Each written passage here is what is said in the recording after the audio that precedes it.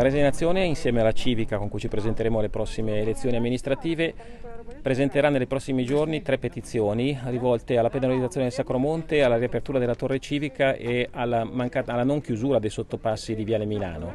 Da domani e per tutti i weekend a venire raccoglieremo le firme presso i banchetti di Azione nel centro Varese e nelle Castellanze, finalizzate ad arrivare ad almeno 2000 firme per poterle presentare al Consiglio Comunale affinché vengano discusse dalla prossima amministrazione. Di cosa si tratta?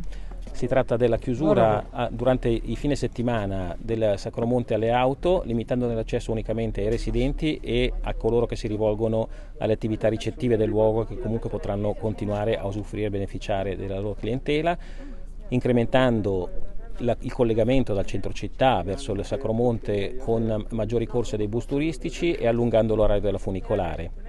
Tutto questo finalizzato alla valorizzazione di questo meraviglioso luogo patrimonio dell'UNESCO.